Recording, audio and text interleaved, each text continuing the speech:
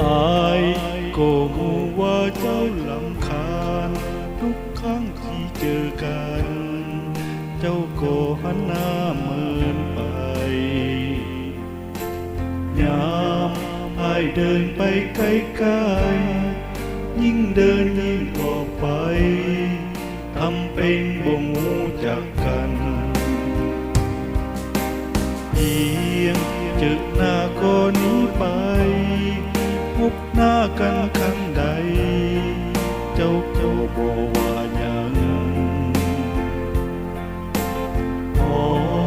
อาจเดาอยู่เบื้องหลังเจ้าเหมือนเพื่อทุกอย่าง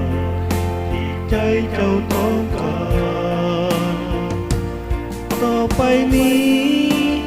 อายจะเป็นฝ่ายไปจะบ่มาวุ่นวายบ่มาให้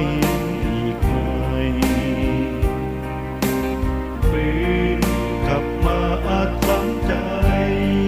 เพราะน้องแอบมีสายที่ใจไว้คู่ครองคงจะเป็นรักเจ้าหลายจากนี้เจ้าจงสบายจะบ่มาวุ่นวายเส้นคืนไปบ่มาให้อีกเลยพบกันก็จะเสยหลีกทางให้ตามใจ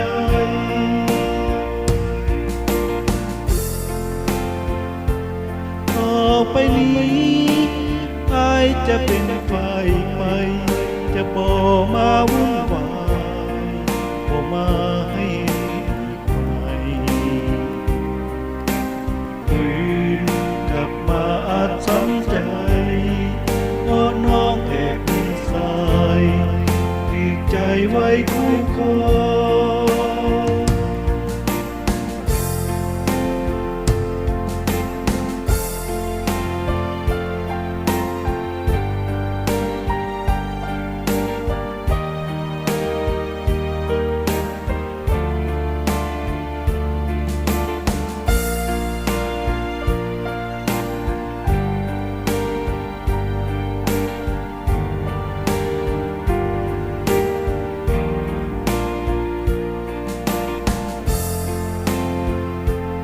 ต่อไปนี้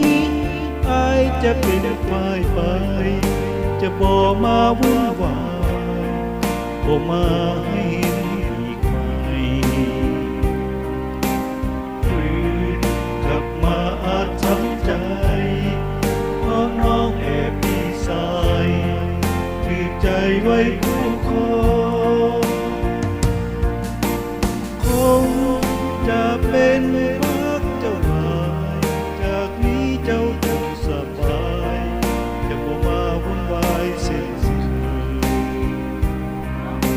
ไปบ่มาให้อีกเลยพบกันก็จะเสยหลีกทางให้ตามใจ